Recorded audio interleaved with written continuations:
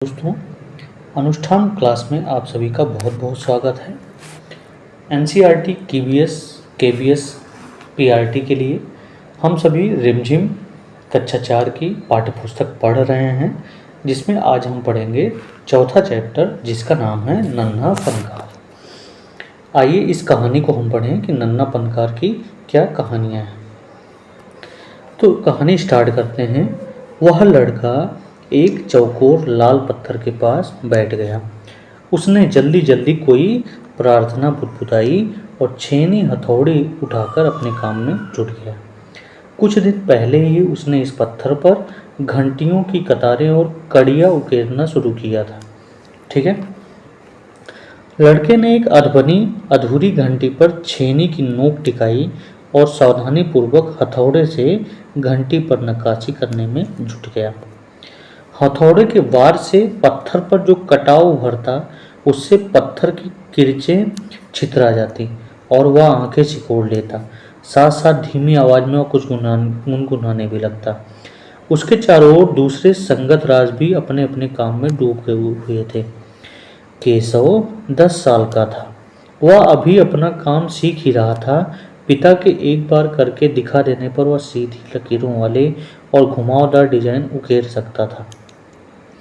अब तक उसने नक्काशी का जो काम किया था, ठीक है, उनमें से इन घंटियों को बनाना ही सबसे ज़्यादा मुश्किल था। केशव जानता था कि एक दिन तो ऐसा जरूर आएगा जब वो बहुत बारीक जालियां, महीन नफीस वेल बूटे, कमल के फूल, लहराते हुए सांप, इठला कर चलते हुए घोड़े, ये सब पत्थर पर उकेर पाएगा। यानी जो नन्हा फनकार था उसका नाम क्या था? केशव। ठीक उसी तरह जैसे उसके पिता बनाते हैं। कई साल पहले जब वह पैदा भी नहीं हुआ था, उसके माता पिता गुजरात से आगरा आकर बसे थे। बादशाह अकबर उस वक्त आगरे का किला बनवा रहे थे और केशव के पिता को यही काम मिल गया। केशव का जन्म भी आगरे में ही हुआ था। केशव का जन्म कहाँ हुआ था? आगरे में। उसे गुजरात के पुश्तैनी गांव जाने का तो कभी मौका ही नहीं मिला। आगरे की गलियां और अब सीकरी, बस यही उसका घर था। चारों ओर हो रही छेनी हथौड़ों की ठक ठक खड़खड़ के बीच केशव के किसी के कदमों की आहट भी न सुनाई पड़ी। इसलिए अचानक कानों में एक आवाज़ पड़ने पर वह चौंक गया। माशा अल्लाह, ये घंटियां कितनी सुंदर हैं, तुमने खुद बनाई है? पीछे मुड़कर केशव ने आंखें उठाई तो उसे एक आदमी दिखा। केशव कहता है, बेशक मैंने ही ये घंटियां बनाई हैं। क्या मैं आपको पत्थरों पर नक्काशी करता नजर नहीं आ रहा? देखते नहीं, मैं भी पत्थर को तराश रहा हूँ। केशव ने बड़ी तल्खी आवाज से जवाब दिया। तो वह व्यक्ति बोला, दिखता तो है, पर तुम इतने छोटे लगते हो ना। वह आदमी हंसते हुए बोला, मैं 10 साल का हूँ। 10? अच्छा। वह आदमी पास पड़े पत्थर पर बैठते हुए बोला, तब तो काफ़ी बड़े हो। मैंने भी 13 साल की उम्र में एक लड़ाई में हिस्सा लिया था। अब केशव उस आदमी की अच्छी तरह देख पा रहा था। उसकी उम्र रही होगी 30 से ऊपर। कद मझोला था। वह सफ़ेद अंगरखा और पजामा पहने हुए, उसके लंबे बाल गहरे लाल रंग की पगड़ी में अच्छी तरह से ढके हुए थे। लगता है कोई बहुत बड़ा आदमी है। केशव ने उस आदमी के गले में पड़ी बड़े बड़े मोतियों की माला और उंगलियों की अंगूठियों को देखते हुए सोचा।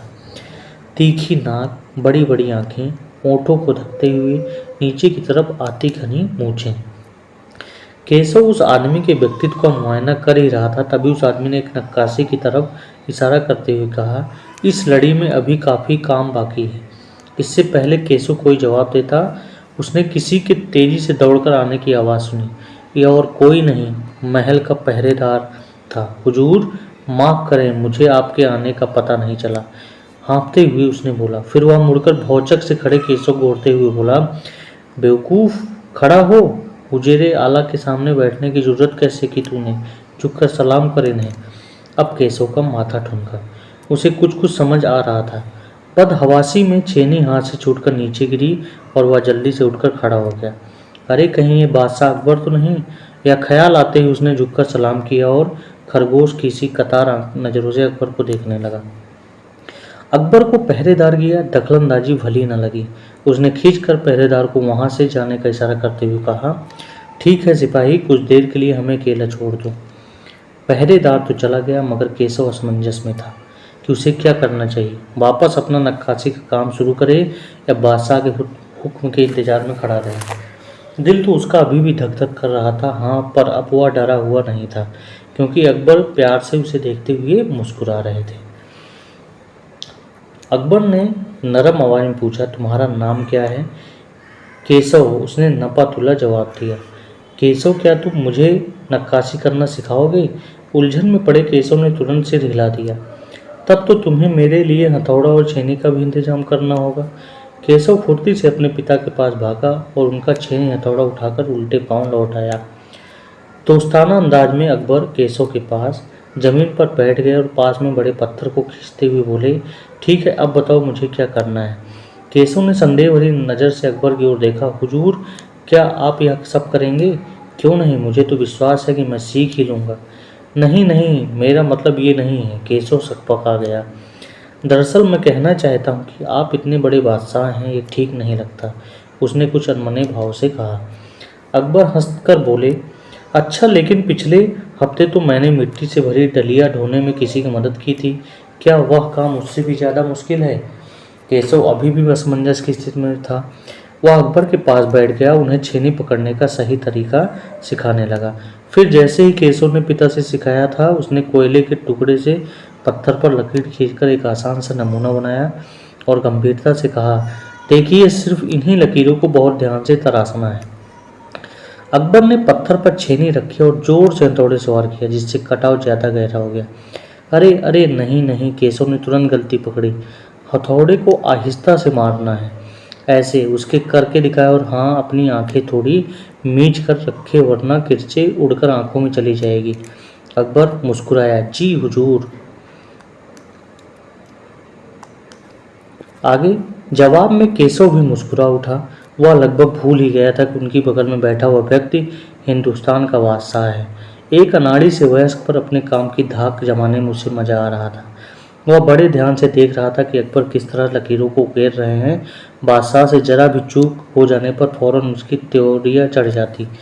काम करते करते अकबर पूछ बैठते, केशव सही नहीं है क्या? और केशव से रुलाकर अपनी असहमत जता देता। अकबर इत्मीनान से बैठ गए और केशव काम करता हुए देखने लगे। अपने काम में खोए उन दोनों को इस बात का एहसास नहीं हुआ कि आसपास मौजूद दूसरे संगत रास उन्हें बड़े कौतूहल से देख रहे थे। अकबर ने गौर किया, केशव पत्थर पर बने नमूने को ही नहीं तराश रहा था, बल्कि अपनी तरफ से उनमें कुछ थोड़ा जोड़ रहा था, जिसमें वे डिजाइन ज़्यादा खूबसूरत लग रहे थे। लड़के के काम करने के अंदाज को देखकर अकबर ने धीमे से कहा, केशव, देखना, एक दिन तुम बड़े फनकार बनोगे। हो सकता है कि एक दिन तुम मेरे कारखाने में काम करो। कारखाना? कैसा कारखाना? बस एक बार ये महल तैयार हो जाए और लोग आगरा से आकर यहाँ रहने लगें, तब मैं कारखाने बनवाऊँगा। इन कारखानों में मेरी सल्तनत के सबसे बढ़िया फनकार और शिल्पकार काम करेंगे। चित्र बनाने वाले कलाकार, गलीचों के बुनकर, संगत रास पत्थर और लकड़ी पर नक्काशी करने वाले शिल्पकार सभी काम करेंगे। केशव को चेहरा चमक उठा और मुस्कुराते हुए बोला, मैं वहाँ जरूर काम करना चाहूँगा। अकबर उठ खड़े हुए, जाते हुए बड़े प्यार से केशव का कंधा थपथपाया और कहा, अच्छा बेटा, अपना काम जारी रखो। हुजूर, क्या आप दोबारा आएंगे? केशव ने बड़ी उत्सुकता से पूछा। मैं जरूर आऊँगा केशव।